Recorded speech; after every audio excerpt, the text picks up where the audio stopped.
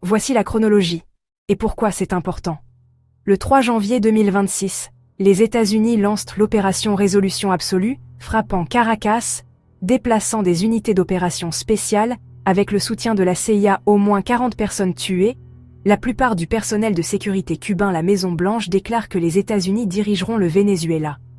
Ce n'est pas une histoire de démocratie, c'est une histoire de pétrole, d'argent et de la fin d'un système. Laissez-moi vous expliquer la montée en puissance. Depuis août 2025, les États-Unis ont renforcé leur puissance dans les Caraïbes. USS Gerald R. Ford F-35, à Porto Rico, patrouille élargie, 15 000 hommes, et un blocus de facto sur les pétroliers vénézuéliens. Présenté comme une opération anti-drogue, mais bien au-delà. Pourquoi?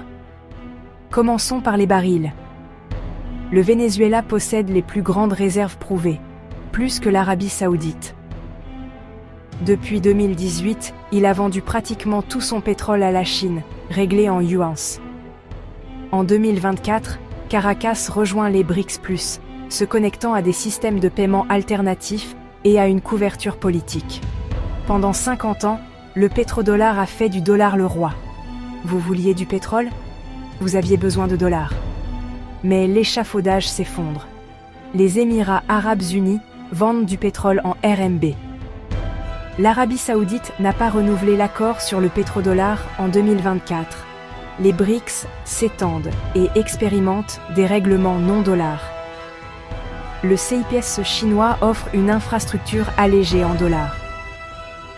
Et le Venezuela? Il se dédollarise depuis des années.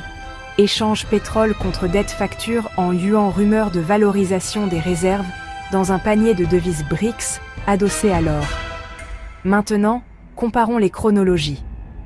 Un mois après que Pékin ait montré des alternatives crédibles à Hong Kong, Washington intensifie la situation autour du Venezuela. Coïncidence? Ou le système se défend-il? Réaction internationale? Le Conseil de sécurité de l'ONU se réunit. La Chine soutient la plainte du Venezuela. La Russie soutient la plainte du Venezuela. L'Afrique du Sud qualifie les frappes de violation claire de la Charte des Nations Unies. Les marchés? Le pétrole ne bouge presque pas, une hausse d'environ 1%, car l'offre ailleurs est élevée et le Venezuela ne représente que 1% de la production mondiale. L'histoire se répète. Quand l'Irak vendait du pétrole en euros, la guerre a suivi. Quand Kadhafi a voulu une monnaie africaine adossée à l'or, les bombes de l'OTAN ont mis fin au projet.